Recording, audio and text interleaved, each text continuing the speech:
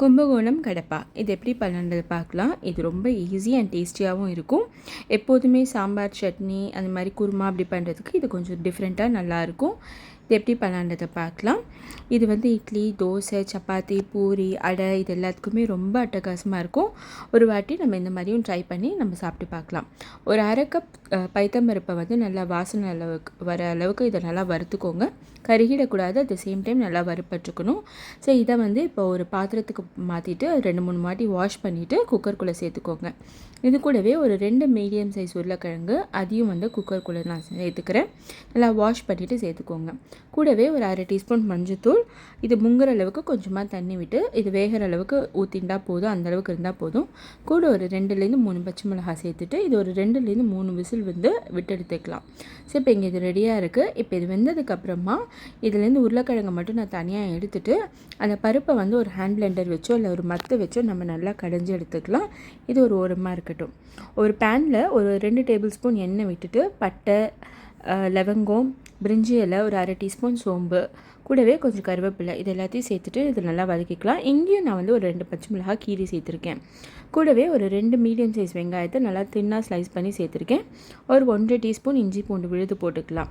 இல்லை நீங்கள் இஞ்சி பூண்டை தட்டி கூட சேர்த்துக்கலாம். அதே மாதிரி ஒரு 2 தக்காளி அதையும் இதில் கூட போட்டுட்டு இதை நல்லா வந்து தக்காளி வந்து மசிகிற அளவுக்கு இதை நல்லா வேக வச்சுக்கலாம். அது இங்கே வேகிறதுக்குள்ளே ஒரு அரை கப் தேங்காய், ஒரு 2 டேபிள் ஸ்பூன் உடைச்ச கடலை, ஒரு அரை டீஸ்பூன் சோம்பு, ஒரு 4-5 முந்திரி, கொஞ்சம் தண்ணி விட்டு இதை நல்லா விழுதாக அரைச்சி எடுத்துக்கோங்க.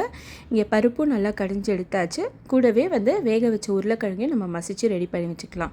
இப்போ இங்கே இந்த தக்காளி இதெல்லாம் ரெடியாக இருக்குது. இப்போ இந்த பருப்பை வந்து நம்ம இது கூட சேர்த்துடலாம். இதெல்லாம் சேர்த்து இதை நல்லா ஒரு மிக்ஸ் பண்ணிக்கோங்க.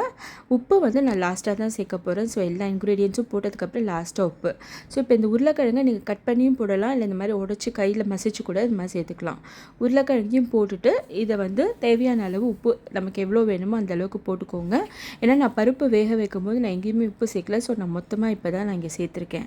ஸோ உப்பெல்லாம் போட்டதுக்கப்புறமா நம்ம இப்போ அரைச்ச விழுது நம்ம ரெடி பண்ணி வச்சுருக்கோம் இல்லையா, தேங்காய், உடைச்ச கடலை, முந்திரி, சோம்பு இது எல்லாத்தையும் சேர்த்து இது கூட போட்டுட்டு நமக்கு எந்த அளவுக்கு தண்ணி வேணுமோ, இந்த கிரேவி இருக்கணுமோ அந்த அளவுக்கு தண்ணி விட்டு நம்ம இதை விளாவிக்கலாம். ஏன்னா பருப்பு, இந்த தேங்காய் விழுது இது எல்லாத்துலேயுமே வந்து திக்னஸ் அதிகன்றதுனால நமக்கு எந்த அளவுக்கு தண்ணி வேணுமோ இந்த இடத்துல நீங்கள் சேர்த்துக்கோங்க. இதெல்லாம் சேர்த்துட்டு இதை நல்லா வந்து ஒரு 5-7 நிமிஷம் வந்து நல்லா கொதிக்க விடுங்க. ஸோ இதோட பச்சை வாசனை எதுலெல்லாம் இருந்ததோ அது எல்லாமே கம்ப்ளீட்டாக போயிடணும்.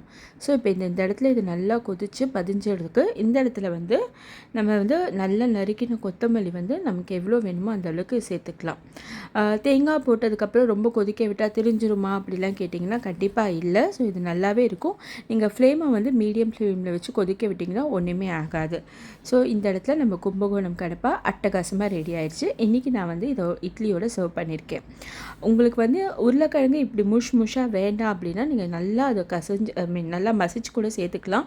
பட் இது உருளைக்கிழங்கு வந்து நம்ம அப்படியே சாப்பிடும்போது ரொம்ப ஃப்ளேவர்ஃபுல்லாக இருக்கணும். அதனால் நான் வந்து உருளைக்கிழங்கு வந்து இது மாதிரி சேர்த்துருக்கேன்.